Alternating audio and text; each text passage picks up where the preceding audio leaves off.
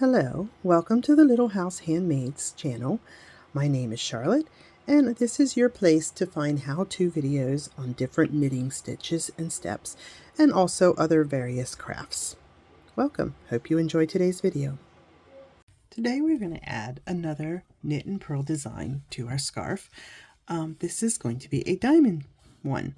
Now if you look at what I have drawn out here, I've done the 20 inches, and you can see there's a blank one on this side, which means it'll be just a knit stitch, but there's none on this side, so it's not exactly in the middle. Wasn't quite enough stitches because we only have 20 stitches on our needle. So what we're going to do is we're going to add one row of stitches. Oops, I'm not drawing very straight. But we're going to add an extra row along this side, and I'm going to show you how to do that. There's several ways we could do it. The one I'm going to show you is it's considered to be pretty much invisible. So what I have here is we finished up our last stitch, and I did a knit row and a purl row. So it's like stockinette stitch, where I knit the one side, purl the other, just once over in each direction with my white for my color change.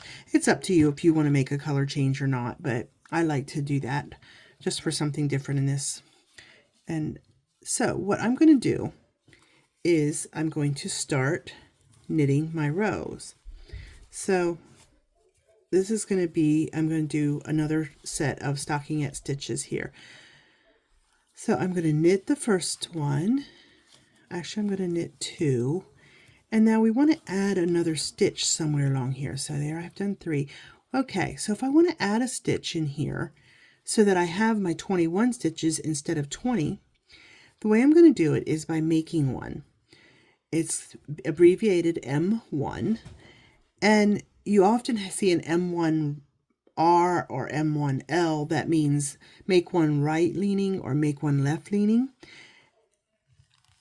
What we do is, it depends on how you twist the stitch. So you have your stitches, you're between two stitches here, and you're going to pick up this last thread that goes between them.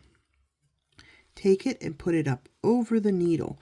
Now, if I just knit this, it is like a yarn over increase, which I haven't done a video. Actually, there is a video posted on doing increases, and you'll be able to look at that. And you can see that that kind of lets a hole there. We don't want to leave a hole. So what we do is we go through the back loop here, like you're going to knit it, and you knit through the back loop.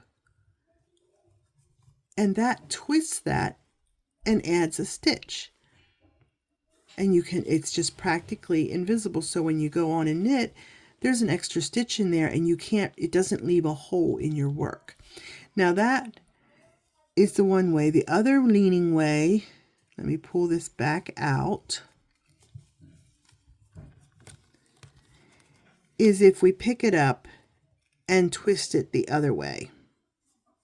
Let me see. And so that it's just up over the needle. Once again, you need to twist this. So then if you go in and knit it on this front leg, and it's a little bit tight getting it in there, then you can make it, and it twists it again. So you can see where that thread that you picked up is twisted when you add the next stitch. And that, once again, adds a stitch in there, and you don't hardly see it. So once you do that, I'm going to go ahead and knit across the rest of the row, and then purl back across, so that I'm yes, I do want to purl again, so that we have this little bit of stockinette stitch before we start our design.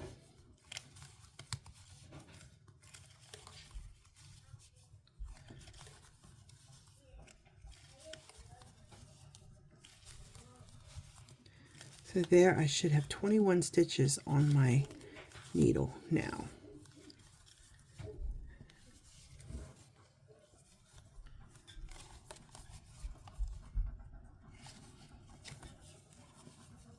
So I turned it, and I'm going to purl back across to do the stockinette. So we have a flat design, and then our purl bumps will show really nicely when we do our design. It'll have like a little border around it.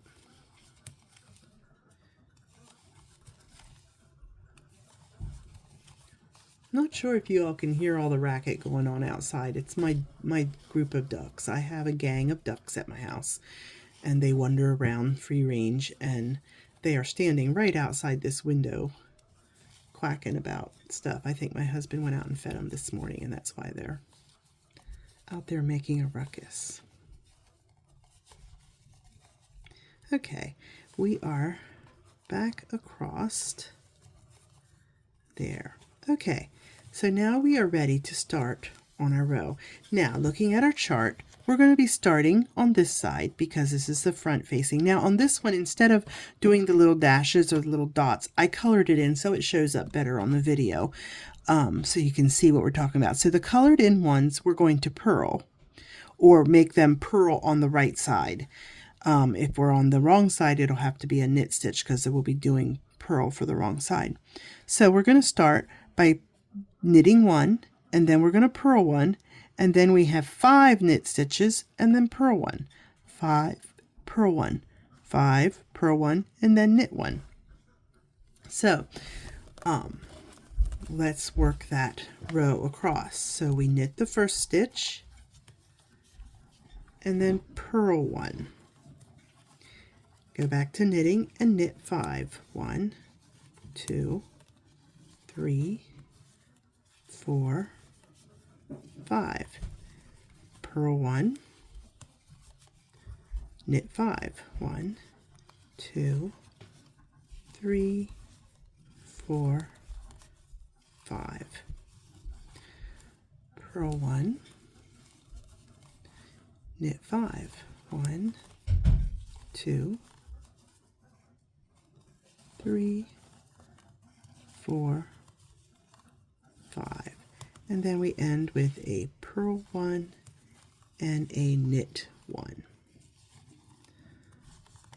Okay, there you can see you have your couple purl stitches, and they're standing out nicely against the stockinette stitch. So then we're going to turn it over. Now looking at our second row, now remember this one we have to do in reverse. So the white ones will be purl and the black one will be knit. So we're going to start with purl 2.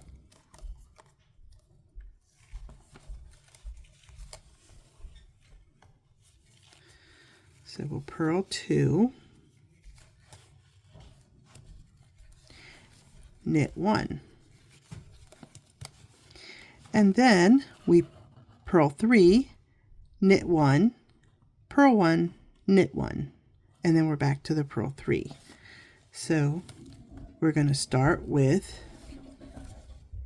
purl the 3, 1, 2,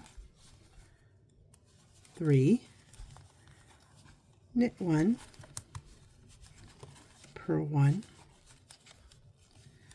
knit 1, purl 3, 1, 2, 3, knit 1, purl 1, knit 1, purl 3, 1, 2, 3, knit 1, and then we have purl 2, and we'll be at the end of our row. Now let's flip this over. There you can see the start of our little diamond shapes, and we go on to row 3. So row 3, we're going to have 1, 2, 3 knits, and then purl 1, knit 1, purl 1, 3 knits, and then repeat going across. So 1, 2, 3, then we're going to purl 1, knit 1, purl 1, and then knit 3, 1, 2, 3, purl 1, knit 1, purl 1, knit 1. Oop, no, knit 3, sorry, 2, 3, purl 1, knit 1, purl 1, and knit 3. 1, 2, 3.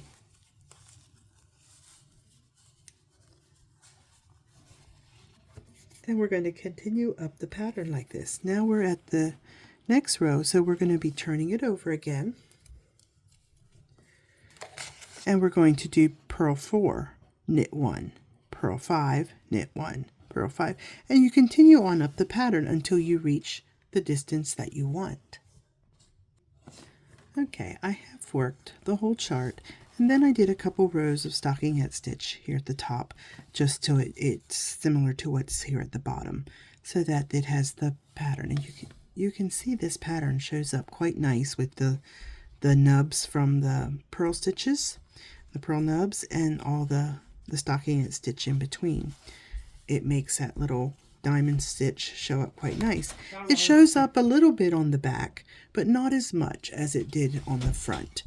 The pattern tends to show better on the stockinette side. But you can go as much or as less as you want on this pattern part, or admit it if you'd want. If you want to go back to doing your garter stripes, you could do that. You can, it's up to you. This sampler scarf is whatever you want to make it. You could go to your other color and do another section just like it, if you like. You can also get some graph paper and work out your own designs. It's quite easy to do. Just keep playing around with it until you get the stitch count the way you want it. And you can make stitches or decrease stitches. I believe there's a video up also on decreasing stitches and how to do that. Thanks for watching today.